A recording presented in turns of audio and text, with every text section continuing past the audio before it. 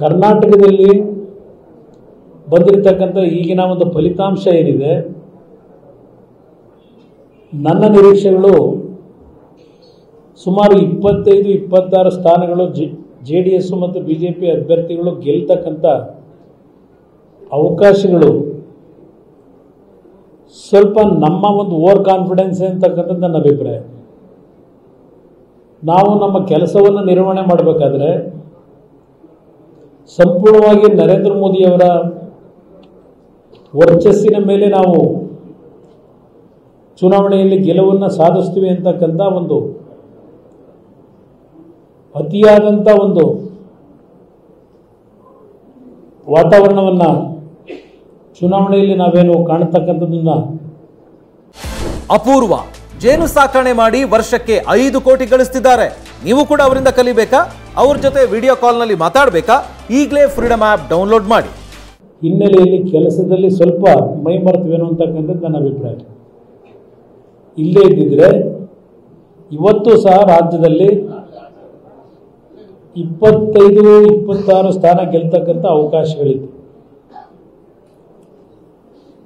ಒಂದು ಹಳೆಯ ಕರ್ನಾಟಕದಲ್ಲಿ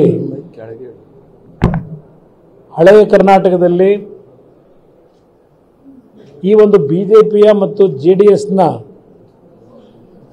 ಮೈತ್ರಿಯನ್ನ ಸಂಪೂರ್ಣವಾಗಿ ಜನತೆ ಬೆಂಬಲಿಸಿದ್ದಾರೆ ಅಂತಕ್ಕಂಥದ್ದು ನನ್ನ ಅಭಿಪ್ರಾಯ. ಮತದಾರರು ಹಳೆ ಕರ್ನಾಟಕದಲ್ಲಿ ಏನೋ ಒಂದು ಬೆಂಗಳೂರು ಸೆಂಟ್ರಲ್ ಇರ್ಬೋದು, ಚಾಮರಾಜನಗರ ಇರ್ಬೋದು, ಹಾಸನ ಇರ್ಬೋದು, ಈ 3 ಕ್ಷೇತ್ರಗಳು ಸ್ವಲ್ಪ ಸಮಸ್ಯೆಗಳಿರ್ತಕ್ಕಂಥದ್ದು ಪ್ರಾರಂಭಿಕ ಹಂತದಲ್ಲೇ ನಮ್ಮ ಗಮನದಲ್ಲಿತ್ತು. ನಾನು ಕೆಲವು ನಾಯಕರ ಜೊತೆಯಲ್ಲಿ ಇದೆಲ್ಲವನ್ನ ಸರಿಪಡಿಸಬೇಕು ಅಂತಕ್ಕಂಥದ್ದು ಹಲವಾರು ಬಾರಿ ಚರ್ಚೆ ಮಾಡಿದ್ರು. ಎಲ್ಲ ಒಂದು ಕಡೆ ಈ 3 ಕ್ಷೇತ್ರಗಳನ್ನು ಗೆಲ್ತಕ್ಕಂಥದ್ರಲ್ಲಿ ನಮ್ಮಗಳ ಒಂದು ತೀರ್ಮಾನಗಳೇ ಇವತ್ತು ಈ 3 ಕ್ಷೇತ್ರಗಳಲ್ಲಿ ನಾವು ಸೋಲಿಕ್ಕೆ ಕಾರಣ ಇದೆ. ಬಹುಶಃ ಈ 3 ಕ್ಷೇತ್ರಗಳು ನಾವು ಗೆದ್ದಿರೋ 14 ನಾನೇನು ಪ್ರಾರಂಭಿಕ ಹಂತದಲ್ಲಿ ನನ್ನ ಒಂದು ನಿರೀಕ್ಷೆ ಇತ್ತು. ಮೊದಲನೇ ಹಂತದಲ್ಲಿ 14ಕ್ಕೆ 14 ಸ್ಥಾನವು BJPಯ ಮತ್ತು JDSನ ಅಭ್ಯರ್ಥಿಗಳು ಗೆಲ್ತಾರೆ ಅಂತಕ್ಕಂಥ ನಂಬಿಕೆ ಇತ್ತು ನನಗೆ.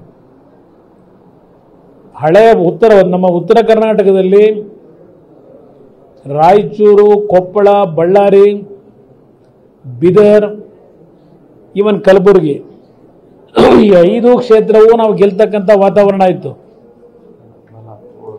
ಚುನಾವಣೆಗಳು ನಡೀಬೇಕಾದ್ರೆ ಕೆಲವು ಸಮಸ್ಯೆಗಳು ಆಯಿತು. ಹಣದ ಕೊರತೆ, ಅಲ್ಲಿಯ ಅಭ್ಯರ್ಥಿಗಳು ನರೇಂದ್ರ ಮೋದಿಯವರ ನೇತೃತ್ವದಲ್ಲಿ ಅವರ ವರ್ಚಸ್ಸಿನಲ್ಲಿ ನಾವೆಲ್ಲರೂ ಗೆಲ್ತೀವಿ ಅಂತಕ್ಕಂಥ ಒಂದು ಓವರ್ ಕಾನ್ಫಿಡೆನ್ಸ್ನಲ್ಲಿ ಮೈ ಮರೆತಂಥದ್ದು. ಇವತ್ತು ನರೇಂದ್ರ ಮೋದಿಯವರ ಶ್ರಮವನ್ನು ನಾವು ಗೆಲುವಿನತ್ತ ತೆಗೆದುಕೊಂಡು ಹೋಗ್ತಕ್ಕಂಥದ್ದಕ್ಕೆ ನಮ್ಮಿಂದ ಆದಂಥ ಕೆಲವು ಮಿಸ್ಟೇಕ್ಗಳಿದೆ. ನಾನು ಯಾರಿಗೂ ಇದಕ್ಕೆ ದೋಷ ಕೊಡ್ಲಿಕ್ಕೆ ಹೋಗೋದಿಲ್ಲ. ಇದೆಲ್ಲವನ್ನು ನಾನು ಸಾರ್ವಜನಿಕವಾಗಿ ಚರ್ಚೆನೂ ಮಾಡಲಿಕ್ಕೆ ಆಗೋದಿಲ್ಲ.